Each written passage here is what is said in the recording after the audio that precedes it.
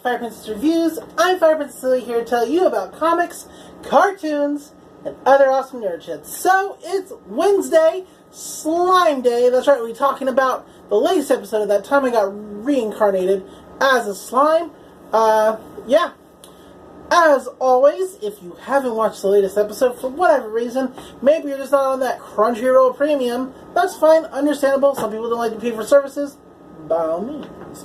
However, that means that I'm going to spoil stuff for you if you continue to watch this video. So, wait on, hold up, go watch the video, come back, see how I feel about it. Because, as always, we talk about what happened in the episode and my feelings about the events of it thus far. So, yep, waiting. Cool. If you're still here, that means that you're ready to get on with this video, spoilers included. So, the episode actually opens up with the great feast that was mentioned in the last episode. Rimuru is presented meat. He eats the meat using his human form, or they eat the meat using their human form, and it's good! They got a sense of taste again, because, yep, it's important. Before Rimuru actually couldn't taste anything, but now with a new human body, sense of taste, so they just continue to basically munch down, because as a slime, totally an empty, like a hollow body, can just continue to eat meat infinitely. So, yeah. Meanwhile, the ogres are sitting with Kaijin and Rigard, like, just, talking, like, about what happened, like, how could orcs have defeated ogres, they're so much weaker, and they start talking about the possibility of an orc lord. They also talk about the demon that had visited the orc village days before its destruction, and how the leader of the orcs, the one with the red hair, because he doesn't have his name yet, so I'm trying not to say his name until I get to that part of the episode. But yeah, that's right. He gets named Shield. He talks about the Majin, the demon that came before and cursed him because he wouldn't accept a name from him. Rimuru wonders who the hell this demon could be, because it seems like he is a constant figure in the world. Belmund is the demon's name. He recalls that one of the goblins who he named, who had a brother who was already named and died, was named by the same demon. And he wonders, why is this demon just naming all of these other monsters? What is their plan behind that? Do they even care? Rimuru also offers the ogres like a chance to serve under him, like, to stay with them, because right now they don't really have a plan. Not a good one, at least. And the ogres say that they'll think about it. Well, the one with the red hair does. Of course, Sneaky and Oldie, that's what we're going to call them until they get their names, say, whatever you decide, it's not a bad offer, but if you decide not to take it, we're with you. If you decide to take it, we're also with you. Like, you're our lord, so whatever you and your sister, the princess, decide, we're 100% down with. So, next day, Ogre shows up at Rimuru's house and is like, alright, look, how long is this going to last, the whole serve under you thing? Like, can we just cut it off until the orc lord's defeated or whatever? And he's like, yeah, that's fine, the terms are on your whatever they're your terms to make out, and that's it. I'm just offering you this thing. I hope that you'll join us in building a nation, but if you want to hop off, earlier in the tracks, by all means, that's up to you. And so he accepts Rimuru's offer. Rimuru calls in all the ogres and says, I'm going to give you all names. They're, of course, worried about him because, there comes with a great risk of naming other creatures, and he is just a slime, etc. But Rimuru's like, yeah, I can handle it. I named whole goblin villages and was totally cool. He doesn't say all that, but he's thinking all that.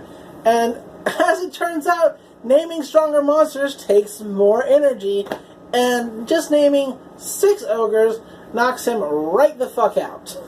He awakes in the lap of Xion, she's the tall, purple-haired one, and being fretted over by Shuna, who is the princess of the ogres. They're now Kijin, K-I-J-I-N. They're also just another way to say Oni, more or less, so there is that. They're Oni. We're just going to call them Oni because it's easier. Sorry, leg stuff. And we get all their names. We get Xion, purple hair. Shuya, pink hair. Benimaru, who is the red-haired one and the leader. I actually can't remember Oldie's name. That's my bad. Sohei, the sneaky one, and Karobe, the tallish one. And Rimuru was really happy about Karobe because everybody else turned out to be kind of like good-looking and hot, and Karobe looks totally average. And he's just like, can't wait to get along with you, because he himself, Rimuru themselves were a middle-aged man in a previous life. So, there you have it.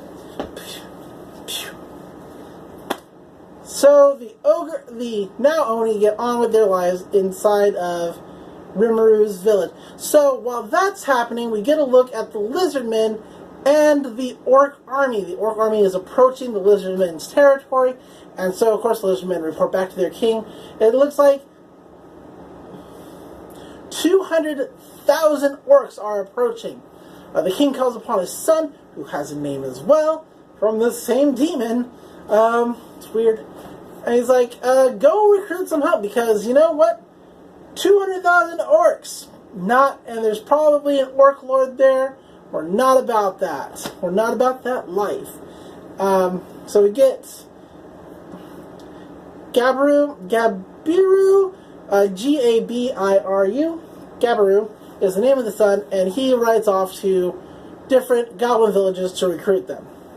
Of course, Sohei reports to Rimuru that Lizardmen are approaching, and it's kind of weird because it's not the march, and, you know, whatever. But then we get a scene of Gibaru and his mates, his bros, all like, hey, why don't you take over as chief? And he's like, yeah, I am great. And that's kind of how the episode ends. So, not really a lot particularly happened in this episode.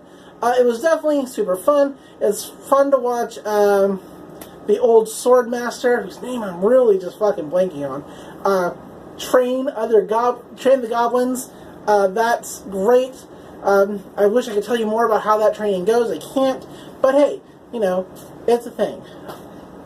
Anyway, so that's the episode. I love the Oni. I love them so much. They're my favorite characters. Xion being my favorite character in the entire series. She is like high fucking class character. I love her so much. That's what that is. And Benimaru is great. I just love them all. I also like Gibaru. Like, he starts out, like, you're gonna see. Just, like, I know you're gonna want to turn on him so fast, because he's just so, but he really, like, trust me, you're gonna like him, give him a chance. Like, his first impression is bad. Absolutely. But he does get better. I mean, so much cool shit's about to happen. Oh, I can't believe we got 24 episodes. Like, not left in total, but, you know, we're getting there. Okay, so, yeah. Tomorrow is SSSS, Gridman. After that is Zombieland Saga on Friday. And then, yeah, we're probably not doing the Red Dead Redemption video. I don't know, maybe we will. And we're definitely probably going to do the comic suggestion video for the previews, but we might push it back just 1 week and instead talk about Captain Marvel, because as I'm finding out, not a lot of people actually know a lot about Captain Marvel, which is really weird to me, and I love Captain Marvel and I read all the comics. So, that might be what we're doing. I haven't decided yet. Stick around and find out, but until next video, love comics, love cartoons, and I'll see you then. Bye!